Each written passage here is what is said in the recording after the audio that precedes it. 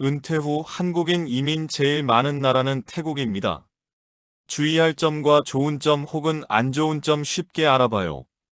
2024년 11월 인천공항 출국장 62세 남성이 큰 캐리어 2개를 끌고 있습니다. 그의 손에는 편도 항공권. 목적지는 태국 치앙마이. 그는 30년 다닌 회사를 그만두고 서울 아파트를 전세로 내놓고 이제 새로운 인생을 시작하려 합니다. 이 남성의 이름은 김준호. 그가 태국을 선택한 이유는 명확했습니다. 유튜브에서 본 수십 개의 영상들, 한 달에 150만 원으로 수영장 딸린 콘도에서 사는 한국인들, 매일 골프 치고 마사지 받는 여유로운 삶, 1년 내내 따뜻한 날씨. 한국에서는 국민연금 180만 원으로 생활이 빠듯한데 태국에서는 왕처럼 산다잖아요. 김준호 씨는 지금 태국에서 8개월째 살고 있습니다. 그의 이야기를 들어보겠습니다. 환상이 아닌 현실을, 편집되지 않은 진실을. 태국이 한국 은퇴자들에게 1순위인 이유가 있습니다. 2024년 기준 태국에 장기 체류하는 한국인 은퇴자는 약 3만 2천 명, 동남아 전체의 45%입니다. 가장 큰 이유는 생활비입니다. 실제 데이터를 보겠습니다. 태국 치앙마이에서 한 달 생활비 평균은 이렇습니다. 주거비, 외곽 콘도 원룸 기준 월세 35만 원에서 50만 원, 중심가 투룸은 60만 원에서 80만 원, 수영장과 피트니스 센터 포함입니다. 서울 같으면 보증금 5천에 월세 100만 원은 받을 곳입니다. 식비, 현지식 위주로 먹으면 한 끼 3천 원에서 5천 원, 한식당은 8천 원에서 1만 2천 원, 직접 요리하면 한 달 식비 30만 원으로 충분합니다. 교통비, 오토바이 택시 2천 원, 일반 택시 5천 원이면 시내 어디든 갑니다. 한 달 교통비 8만 원이면 넉넉합니다. 의료비, 일반 병원 진료비 1만 5천 원, 국제병원은 5만 원, 치과 스케일링 3만 원, 한국의 절반입니다. 통신비, 무제한 데이터 요금제 2만 원, 한국보다 저렴합니다. 전기세, 에어컨 하루 10시간 사용 기준 월 12만 원. 이건 생각보다 비쌉니다. 여가비, 마사지 1시간 1만 원, 골프 그린피 평일 3만 원, 주말 5만 원, 영화 관람료 6천 원, 합계, 최소 생활비 월 120만 원, 여유있게 월 180만 원이면 중산층 생활이 가능합니다. 부산에서 온 이영철 씨, 64세는 치앙마이에서 2년째 살고 있습니다. 처음 왔을 때 놀란 게 80만 원짜리 콘도가 한국 같으면 200만 원은 받을 수준이에요. 방 2개에 화장실 2개, 거실 넓고 베란다도 있고. 그는 매일 이런 루틴으로 생활합니다. 아침 6시 30분 기상, 콘도 1층 피트니스 센터에서 30분 운동, 7시 30분 조식은 근처 한식당에서 해장국 한 그릇, 가격은 6천 원. 오전 9시부터 11시까지는 치안마이 호수공원을 산책합니다. 현지 태국인 노인들과 가벼운 인사를 나눕니다. 태국어 몇 마디는 배웠습니다. 점심은 현지 식당에서 팟타이나 카오팟. 4천 원이면 배부릅니다. 오후 1시부터 3시까지는 콘도로 돌아와 낮잠. 치앙마이의 오후는 덥습니다. 섭씨 35도가 기본입니다. 오후 4시 근처 한인 카페에서 교민들과 커피 한 잔. 5천 원. 여기서 정보를 교환합니다. 어느 병원이 좋다. 어느 식당이 새로 생겼다. 비자 갱신은 어떻게 한다. 저녁 6시 재래시장에서 장을 봅니다. 과일 1kg에 2,000원. 야채는 한국의 절반 가격입니다. 저녁 식사 후 일주일에 3번은 마사지 샵에 갑니다.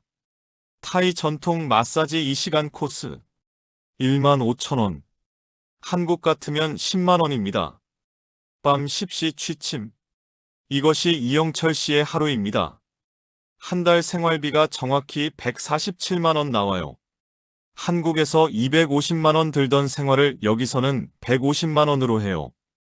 그것도 더 여유롭게요. 하지만 모든 이야기에는 이면이 있습니다. 서울에서 온 박성호 씨, 62세는 6개월 만에 한국으로 돌아갔습니다. 그의 이야기를 들어보겠습니다. 처음 2달은 천국이었어요. 정말로요. 매일이 휴가 같았죠. 박 씨가 계약한 곳은 치앙마이 구시가지 근처 콘도였습니다. 월세 70만 원. 수영장과 헬스장 딸린 깔끔한 원룸이었습니다. 문제는 3개월 차에 시작됐습니다. 12월까지는 괜찮았어요. 근데 1월 되니까 갑자기 추워지더라고요. 치앙마이의 겨울은 생각보다 춥습니다. 아침 기온이 섭씨 15도까지 내려갑니다. 문제는 난방이 없다는 것입니다. 콘도에 난방 시설이 없어요. 온수도 안 나와요. 찬물로 샤워해야 해요. 60대 노인이 새벽에 찬물 샤워하면 감기 걸려요. 박 씨는 전기 히터를 샀습니다. 하지만 전기세가 폭탄이었습니다. 한 달 전기세가 25만 원 나왔어요. 히터 때문에요. 월세보다 비싸게 나올 뻔했어요. 2월이 되자 더 큰 문제가 터졌습니다. 어느 날 아침에 일어났는데 숨을 쉴 수가 없었어요. 목이 따갑고 눈이 따끔거렸어요. 치앙마이의 악몽. 연무 시즌이 시작된 것입니다. 매년 2월부터 4월까지 치앙마이는 지옥으로 변합니다. 주변 농민들이 농작물을 태우면서 발생하는 연기가 도시 전체를 뒤덮습니다. 산으로 둘러싸인 지형 때문에 연기가 빠져나가지 못합니다. 창문 밖을 보면 하얗게 뿌옇게 안개 낀 것처럼 보여요. 근데 그게 안개가 아니라 연기예요. 미세먼지 수치는 AQI 기준 300을 넘습니다. 서울의 최악의 날이 150 정도인 것과 비교하면 2배입니다. 세계보건기구 권고 기준의 12배입니다. 마스크 없이는 밖에 못 나가요. KF94 써도 목이 아파요. 노인들은 기관지염 걸려요.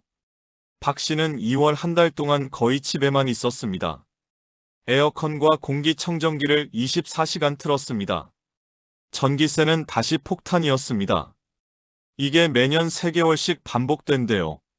견딜 수가 없었어요. 3월 말 박 씨는 짐을 쌌습니다. 6개월 계약 중 3개월을 남기고 떠났습니다. 위약금 한 달치 70만 원을 물었습니다. 돈 아깝지만 건강이 더 중요하죠. 여기서 병 얻으면 그게 더 손해예요. 대구에서 온 최민수 씨, 58세는 박 씨와 다른 문제를 겪었습니다. 그는 치앙마이가 아닌 방콕을 택했습니다. 치앙마이 공기 나쁘다는 얘기 듣고 방콕으로 갔어요. 방콕은 바다랑 가깝고 공기도 괜찮다고 해서요. 최 씨가 계약한 곳은 방콕 수쿰빗 지역 콘도였습니다. 월세 110만 원. 치앙마이보다 비쌌지만 시설은 좋았습니다. 문제는 교통이었습니다. 방콕 교통이 정말 최악이에요. 출퇴근 시간에는 1km 가는데 1시간 걸려요. 어느 날 오후 최 씨는 병원 예약이 있었습니다. 집에서 병원까지 거리는 5km. 구글맵은 20분이라고 알려줬습니다. 택시 탔는데 2시간 걸렸어요. 도로가 완전히 막혀 있어요. 약속 시간 놓쳤죠. 방콕의 교통체증은 세계 최악 수준입니다. 평균 시속이 출퇴근 시간의 10km입니다. 걸어가는 게 더 빠릅니다. BTS나 MRT 같은 전철 타면 되지 않냐고요? 여기 많지 않아요. 그리고 계단이 너무 많아요. 60대 노인이 매번 계단 오르내리기 힘들어요. 최 씨는 결국 콘도 근처에서만 생활하게 됐습니다. 반경 2km를 벗어나지 않았습니다. 방콕 산다는 게 콘도 갇혀 사는 거예요. 나가려면 각오해야 해요. 또 다른 문제는 소음이었습니다. 방콕은 24시간 시끄러워요. 차 경적 소리, 오토바이 소리, 노점상 소리. 새벽 3시에도 시끄러워요. 최 씨의 콘도는 큰 도로변이었습니다. 방음이 잘 안 됐습니다. 귀마개 끼고 자야 해요. 그래도 시끄러워요. 불면증 생겼어요. 4개월 만에 최 씨는 방콕을 떠나 푸켓으로 이동했습니다. 인천에서 온 정우진 씨, 63세는 푸켓을 선택했습니다. 치앙마이는 공기 나쁘고 방콕은 교통지옥이라고 해서 푸켓으로 갔어요. 바다도 보이고 공기도 좋고 관광지라 편의시설도 많다고 해서요. 정 씨가 계약한 곳은 푸켓 파통비치 근처 콘도였습니다. 월세 95만 원. 바다가 보이는 멋진 곳이었습니다. 문제는 물가였습니다. 푸켓은 관광지라 물가가 비싸요. 치앙마이보다 1.5배 비싸요. 현지 식당 한 끼가 7,000원. 한식당은 15,000원. 마사지도 15,000원. 택시도 비쌌습니다. 기본료가 5,000원이고 조금만 가도 1만 원 넘어갑니다. 한 달 생활비가 200만 원 넘게 나왔어요. 이러면 한국이랑 다를 게 없어요. 더 큰 문제는 외로움이었습니다. 푸켓은 관광객만 많고 한인 커뮤니티가 약해요. 아는 사람이 없어요. 정 씨는 매일 콘도 수영장에 앉아 바다를 봤습니다. 처음 한 달은 좋았습니다. 하지만 2달째부터 공허함이 밀려왔습니다. 혼자 밥 먹고, 혼자 영화 보고, 혼자 산책하고. 이게 반복되니까 우울해지더라고요. 정 씨는 결국 3개월 만에 치앙마이로 이동했습니다. 공기는 나빠도 사람은 많다는 이유에서였습니다. 그렇다면 성공적으로 정착한 사람들은 어떻게 했을까요? 서울에서 온 김태형 씨, 61세는 태국에서 5년째 살고 있습니다. 그의 비결을 들어보겠습니다.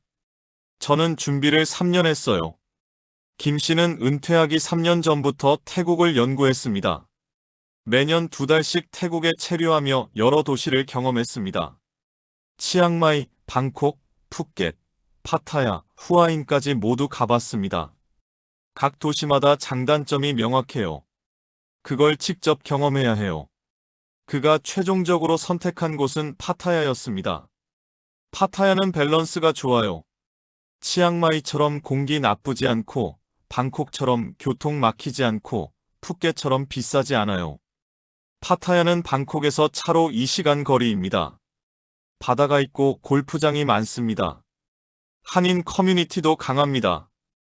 약 5,000명의 한국인이 장기 체류합니다.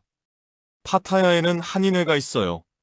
매주 모임도 있고 골프 동호회도 있어요. 외롭지 않아요. 김 씨의 한 달 생활비는 175만 원입니다.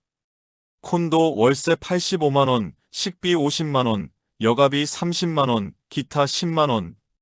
치앙마이보다 조금 비싸지만 삶의 질은 훨씬 좋아요. 그는 또한 비자 문제를 철저히 준비했습니다. 태국 은퇴 비자는 크게 2가지입니다. 남-5와 남-5A 비자. 남-5 비자는 50세 이상이면 신청 가능합니다. 태국 은행에 80만 바트, 약 3천만 원을 예치해야 합니다. 또는 월 소득 6만 5천 바트, 약 250만 원을 증명해야 합니다. 남-5A 비자는 한국에서 신청합니다. 재정증명 80만 바트, 건강보험 가입 필수, 범죄 경력 증명서 제출이 필요합니다. 저는 남-5A를 선택했어요. 한국에서 미리 다 준비하고 왔죠. 김 씨는 또한 태국 의료보험에 가입했습니다. 나이 60세 이상이면 보험료가 비싸요. 저는 한 달에 25만 원 내요. 하지만 필수예요. 작년 김 씨는 교통사고를 당했습니다. 오토바이와 부딪혀 팔이 골절됐습니다. 방콕 병원에서 수술을 받았습니다. 수술비, 입원비 합쳐서 850만 원 나왔어요. 보험 없었으면 큰일 날 뻔했죠. 보험 덕분에 본인 부담금은 80만 원이었습니다. 부산에서 온 이상훈 씨, 60세는 다른 전략을 썼습니다. 그는 치앙마이와 한국을 오가며 삽니다. 1년에 8개월은 치앙마이, 4개월은 한국이에요. 이 씨가 한국에 오는 시기는 정해져 있습니다. 2월부터 4월까지. 치앙마이 연무 시즌입니다. 공기 나쁠 때 한국 오면 돼요. 그럼 치앙마이의 단점을 피할 수 있죠. 그는 또한 한국에서 정기 건강검진을 받습니다. 태국 병원도 좋지만 큰 병은 한국에서 치료하는 게 나아요. 의료보험도 있고요. 이 씨의 전략은 비용 면에서도 효율적입니다. 치앙마이 콘도는 1년 계약하면 월 45만 원이에요. 한국 없을 때도 월세 나가지만 연무 시즌 피할 수 있으니까 이득이에요. 대전에서 온 한상철 씨, 59세는 태국어를 배웠습니다. 태국어 할 줄 알면 삶이 완전히 달라져요. 한 씨는 치앙마이에 도착하자마자 태국어 학원에 등록했습니다. 주 3회, 하루 2시간씩 6개월 공부했습니다. 기본 회화는 6개월이면 돼요. 시장에서 흥정하고 택시 기사랑 대화하는 정도요. 태국어를 할 줄 알자 세상이 바뀌었습니다. 현지 식당 가면 메뉴판 읽을 수 있어요. 병원 가도 의사 말 알아들어요. 무엇보다 태국 친구들이 생겨요. 한 씨는 지금 태국인 친구가 5명 있습니다. 매주 같이 등산을 가고 한 달에 한 번은 같이 여행을 갑니다. 외로움이 없어요.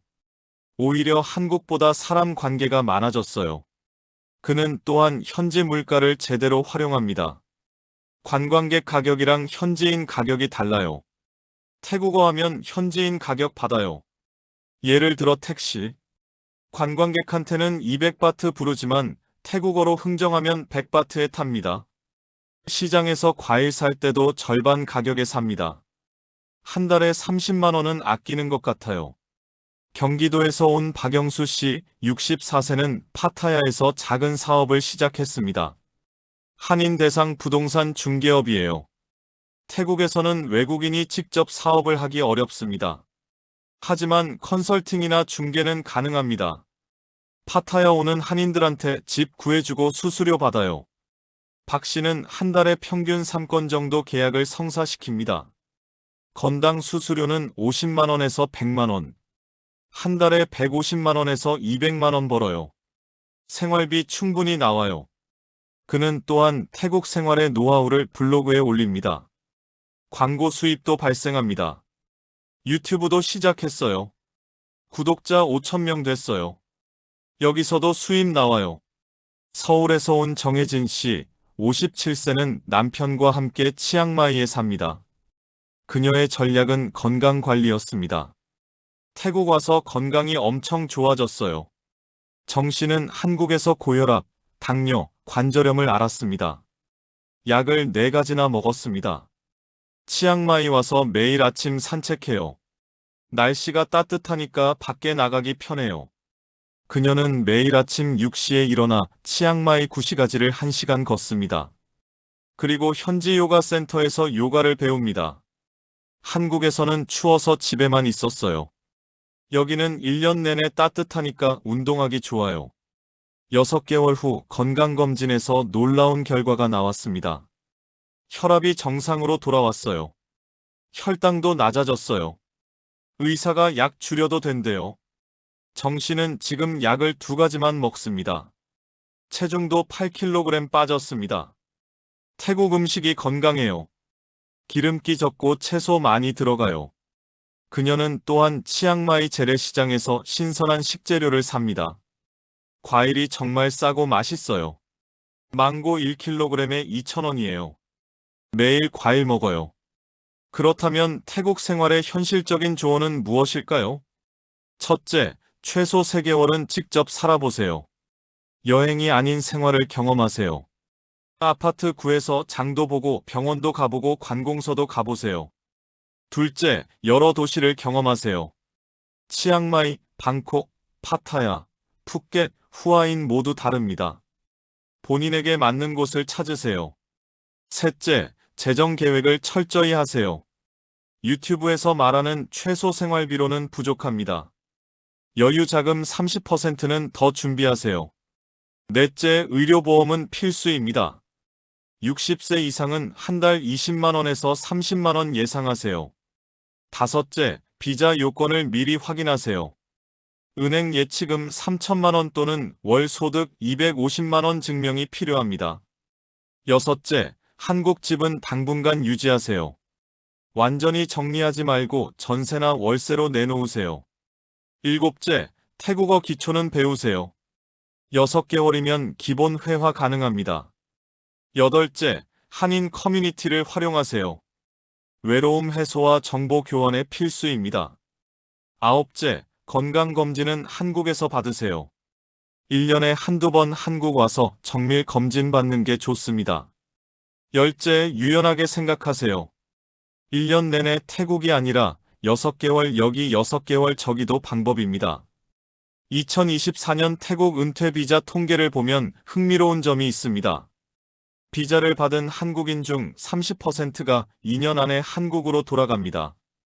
5년 안에는 50%가 돌아갑니다. 왜 그럴까요? 가장 큰 이유는 가족입니다. 손주가 그립습니다. 자식이 보고 싶습니다. 영상통화로는 만족이 안 됩니다. 두 번째는 의료입니다. 나이가 들수록 병원 갈 일이 많아집니다. 태국 병원도 좋지만 한국어가 편합니다. 세 번째는 외로움입니다. 한인 커뮤니티가 있어도 깊은 관계는 어렵습니다. 네 번째는 문화 차이입니다. 처음에는 신기하지만 시간이 지나면 불편합니다.